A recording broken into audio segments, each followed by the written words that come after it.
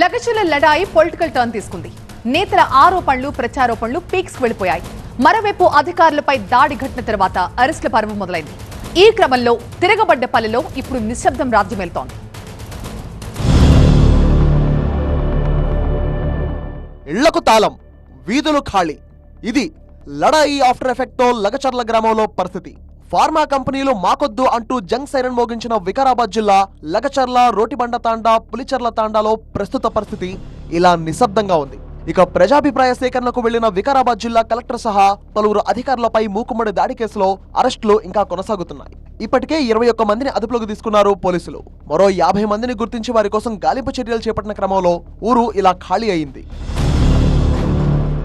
దాడి ఘటనకు కీలక సూత్రధారిగా భావిస్తున్న భోగమణి సురేష్ కోసం పోలీసులు గాలిస్తున్నారు. పూణేలో ఉన్నాడు అనే సమాచారంతో అతన్ని అరెస్ట్ చేసేందుకు స్పెషల్ టీమ్స్ రంగంలోకి దిగాయి. ఇక లగచర్ల గ్రామంలో పరిస్థితి తుఫాను ముందు ప్రశాంతతను తలపిస్తుంది అనే చర్చ జరుగుతోంది.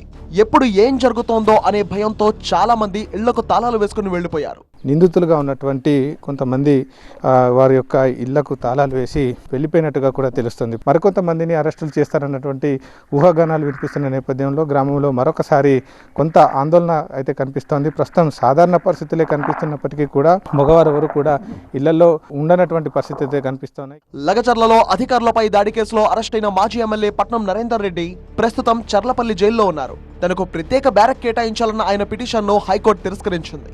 మరోవైపు సంగారెడ్డి జైల్లో ఉన్న లగచర్ల రైతులను పరామర్శించారు బీఆర్ఎస్ వర్కింగ్ ప్రెసిడెంట్ కేటీఆర్. దాడి ఘటనలో కాంగ్రెస్ వాళ్లు కూడా ఉన్నారన్నారు.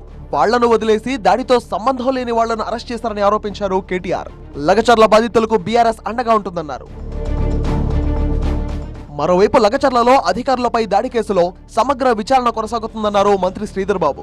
అన్ని నిజాలు విచారణలో బయటపడతాయన్నారు. రైతుల ముసుగులో అధికారులపై హత్యాయత్నం జరిగిందన్నారు మంత్రి శ్రీధర్ బాబు.